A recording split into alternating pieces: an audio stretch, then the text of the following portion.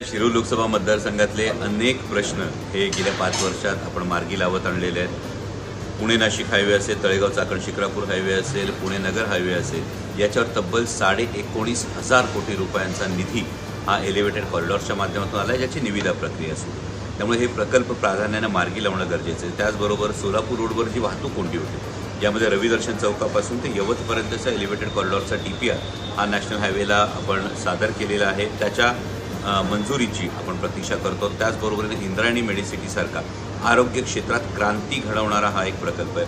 म्हणजे 26 super speciality hospitals in one campus, त्याच्या पेरिफेरीमध्ये ग्रामीण भागामध्ये 200 bedded multi speciality hospitals, medical colleges, paramedical colleges, असा एक प्रचंड मोठा प्रोजेक्ट हा आरोग्य क्षेत्रात क्रांती घडवणारा प्रकल्प हा आपण शिरूर लोकसभा मतदारसंघामध्ये आणतो।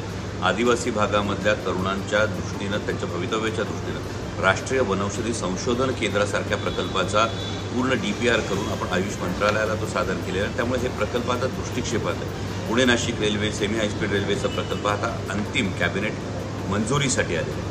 आणि हे सगळं होत असताना गेल्या काही वर्षात, गेल्या काही महिन्यांमध्ये जी राजकीय स्थित्यंतर झाली ती पाहता स्वतः लोकसभेचा उमेदवार असतानाही 8 मतदारसंघांमध्ये, 8 लोकसभा मतदारसंघांमध्ये प्रचारासाठी मला जातानाही आपण पाहिलेलं आहे। त्यामुळे या सगळ्यासाठी लागणारा वेळ आणि त्याचबरोबर शिरूर लोकसभा मतदारसंघाने हे अनुभवलं की 15 वर्ष एका व्यक्तीला संधी दिल्यानंतर 15 वर्षात एकही मोठा प्रोजेक्ट आला नव्हता, परंतु अवघ्या 5 वर्षात हे एवढे प्रोजेक्ट्स हे आता अगदी मार्गी लागलेले आहेत। त्यामुळे हे प्रत्यक्षात येण्याच्या दृष्टीनं वेळ देणं गरजेचं आहे आणि मालिका विश्वात काम करताना एवढा वेळ देणं शक्य नाही। त्यामुळे मालिका विश्वातून अभिनयाला हा नक्कीच पुढच्या 5 वर्षांसाठी का होईना पण ब्रेक हा द्यावा लागणार। मला माहिती आहे अनेक चाहत्यांची यामध्ये निराशा होऊ शकते, परंतु ज्या शिरूर लोकसभा मतदारसंघातल्या मायबाप जनतेनं हा विश्वास माझ्यावर दाखवण्याचं ठरवलेलं दिसतंय, त्या दृष्टीनं याबाबत निर्णय हा घ्यावा लागेल आणि 5 वर्षांसाठी का होईना परंतु मालिका विश्वातल्या अभिनयातून मला ब्रेक घ्यावा लागेल।